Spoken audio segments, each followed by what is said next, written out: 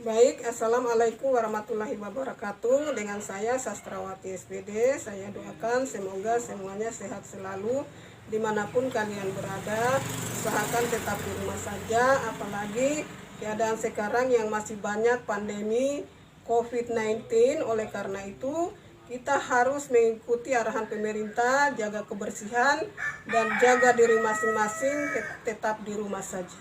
Oke, kali ini kita akan belajar tentang materi sejarah Indonesia. Bangsa Indonesia tentunya melalui peristiwa sejarah yang panjang, di mana di kelas 10 kalian sudah belajar tentang sejarah masa praaksara, masa aksara atau yang dikenal dengan masuknya pengaruh Hindu-Buddha di Indonesia, dan selanjutnya belajar tentang masuk dan berkembangnya Islam di Indonesia. Nah, kali ini kita akan belajar dengan materi baru, yaitu materi di kelas 11, yaitu bab 1, antara imperialisme dan kolonialisme.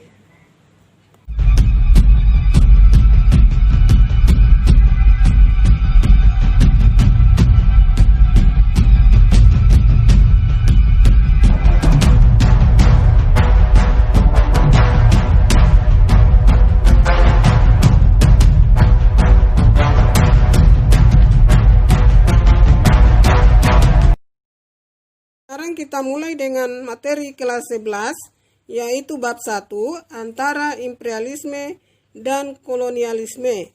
Bagian A, perburuan mutiara dari timur. Kompetensi dasarnya menganalisis proses masuk dan perkembangan penjajahan bangsa Eropa, antara lain Portugis, Spanyol, Belanda, dan Inggris ke Indonesia. Tujuan pembelajaran: setelah siswa menyimak video ini diharapkan 1. Mendeskripsikan penyebab kedatangan bangsa barat di Indonesia. 2. Menjelaskan latar belakang kedatangan bangsa barat ke Indonesia. 1. Mendeskripsikan kedatangan bangsa barat di Indonesia. Negara kita yang terkenal dengan nama Indonesia ini juga dikenal dengan sebutan Kepulauan Nusantara. Sementara kaum kolonialisme barat menyebut dengan Tanah Hindia. Sejarah telah mencatat bahwa kekayaan Kepulauan Nusantara begitu luar biasa. Kekayaan bumi Nusantara ini dapat diibaratkan sebagai mutiara dari timur. Oleh karena itu, tidak mengherankan kalau Kepulauan Nusantara atau Indonesia ini menarik perhatian kongsi-kongsi dagang Eropa untuk menguasainya. Terjadilah perebutan hegemoni di antara mereka, bangsa-bangsa Eropa yang ingin menjajah Indonesia. Akibat penjajahan dan dominasi asing telah membuat jati diri dan budaya bangsa terancam menjadi rapuh. Begitu juga kehidupan sosial ekonomi menjadi tersendat. Kalau itu kita renungkan, masalah-masalah tersebut bisa jadi berakar dari berkembangnya kultur kolonialisme dan imperialisme barat di Indonesia sejak abad ke-17. Nah, mulai saat ini kita dapat memiliki kemandirian dan kedaulatan baik secara ekonomi, sosial, politik maupun budaya. Yang kedua, latar belakang bangsa Eropa mengadakan penjelajahan samudera menuju dunia timur. Pertama, runtuhnya Kekaisaran Romawi. Di bawah kepemimpinan Kaisar Octavianus Augustus, Kekaisaran Romawi mengalami kejayaan dengan wilayah kekuasaan meliputi wilayah Eropa, Afrika Utara, dan Afrika Barat. Tetapi pada abad 476 Masehi, peradaban ini mengalami kehancuran akibat kondisi ekonomi dan stagnasi bidang pengetahuan. Stagnasi itu adalah mulai berkembangnya ilmu pengetahuan. Yang kedua, melanjutkan Perang Salib. Perang Salib melibatkan dua bangsa dan agama besar, yakni Eropa, Kristen, dan dinasti Turki. Perang ini juga didorong oleh faktor politik, sosial, dan ekonomi di masing-masing kubu. Salah satu penyebabnya adalah memperebutkan kota suci Yerusalem. Bangsa Eropa gagal membawa kembali kota Yerusalem di bawah kekuasaannya. Pada saat bangsa Turki menguasai Yerusalem, bangsa Turki melarang orang-orang Eropa untuk berziarah ke kota Yerusalem. Sehingga terjadilah peperangan antara kaum Kristen dan Islam yang dikenal dengan Perang Salib. Yang ketiga, jatuhnya kota Konstantinopel ke tangan bangsa Turki Ottoman atau yang lebih dikenal dengan Turki Utsmania.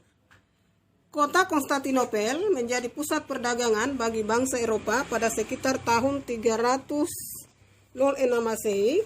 Letaknya sangat strategis karena dapat menghubungkan Eropa dan Asia lewat jalur darat. Setelah dikuasai oleh bangsa Romawi selama 14 abad, akhirnya Konstantinopel jatuh dalam penguasaan Turki Ottoman yang menandai akhirnya Perang Salib yang panjang. Sejak itu, perdagangan dimonopoli oleh Kesultanan Turki Utsmani dan akses bangsa Eropa untuk mendapatkan rempah-rempah dengan harga yang murah menjadi tertutup. Sehingga dengan demikian, bangsa Eropa berusaha untuk keluar dari Eropa untuk mencari daerah penghasil rempah-rempah secara langsung sehingga mereka sampai ke Indonesia. Yang keempat, semangat, goal, glory, dan gospel. Motivasi kedatangan bangsa Eropa ditandai dengan semboyan yang dikenal dengan 3G. Ya, yang mana itu yang 3G? Tentunya sudah ada di poin 4, yaitu goal, glory, dan gospel. Goal itu adalah mendapatkan kekayaan berupa logam mulia yang disebut dengan emas. Glory itu menyebarkan agama, dan gospel itu adalah mendapatkan kejayaan. Selanjutnya, faktor utama yang mendorong bangsa Eropa mengadakan penjelajahan samudera menuju dunia timur. Yang pertama itu adalah keinginan untuk mendapatkan rempah-rempah secara langsung. Ya, apa penyebabnya? Yaitu dengan jatuhnya kota Konstantinopel tadi itu ke tangan bangsa Turki Utsmania. Yang kedua, keinginan untuk menguasai negara lain atau mendapatkan daerah jajahan. Lalu ada faktor-faktor yang mendorong bangsa Eropa mengadakan penjelajahan samudera. Yang pertama, kisah petualangan Marco Polo. Yang kedua, jatuhnya ibu kota Romawi Timur atau yang dikenal dengan kota Konstantinopel ke tangan Kesultanan Turki pada tahun 1453. Ketiga, bergeloranya semangat penaklukan yang disebut dengan reconquista terhadap orang-orang yang beragama Islam. 4, berkembangnya teknik pelayaran dan penemuan kompas. Kelima, pendapat Kopernikus menyatakan bahwa bumi ini bulat.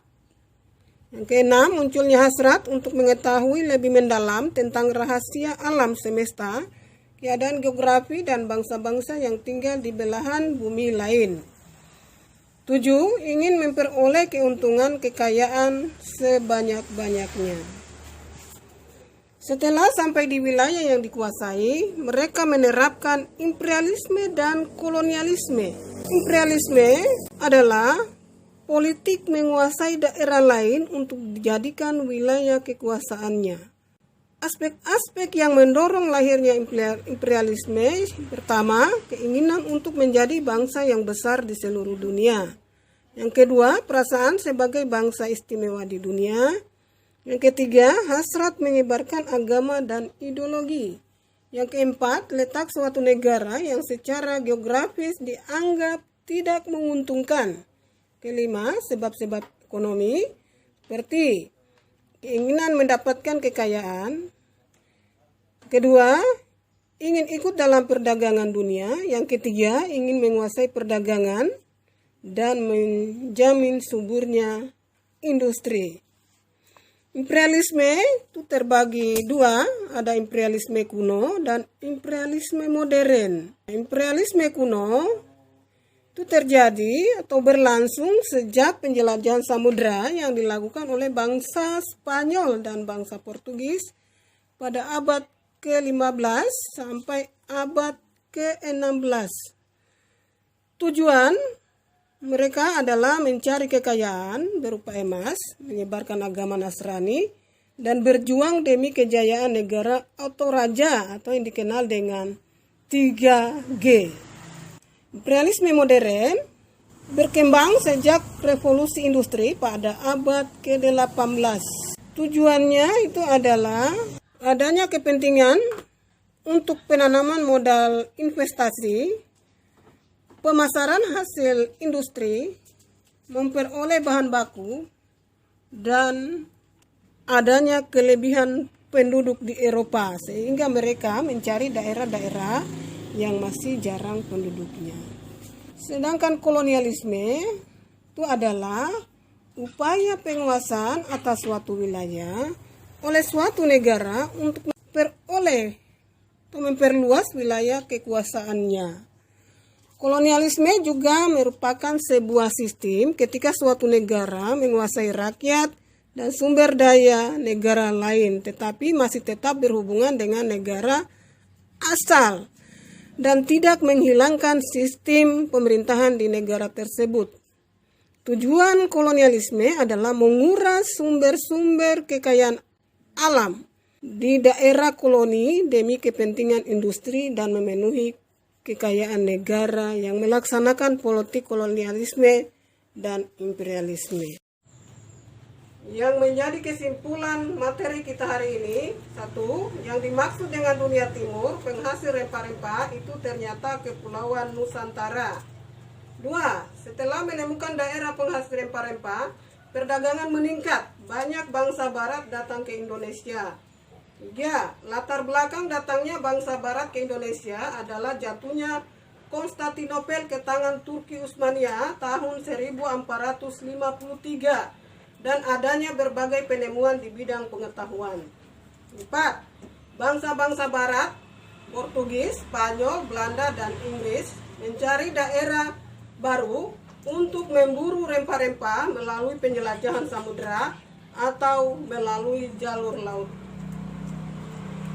Demikian pembelajaran hari ini. Sebelum kita akhiri, saya berpesan kepada siswa yang berada di rumah, pergunakan waktu kalian untuk selalu membaca buku yang berhubungan dengan materi pembelajaran sejarah.